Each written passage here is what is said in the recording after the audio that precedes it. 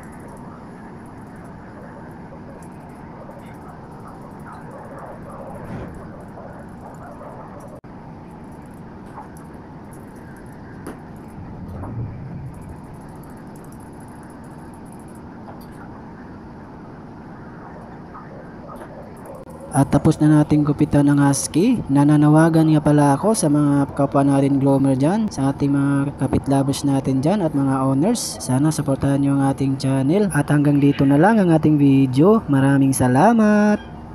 Thank you for watching GRXZ TV. Don't forget to like, comment and share. Subscribe.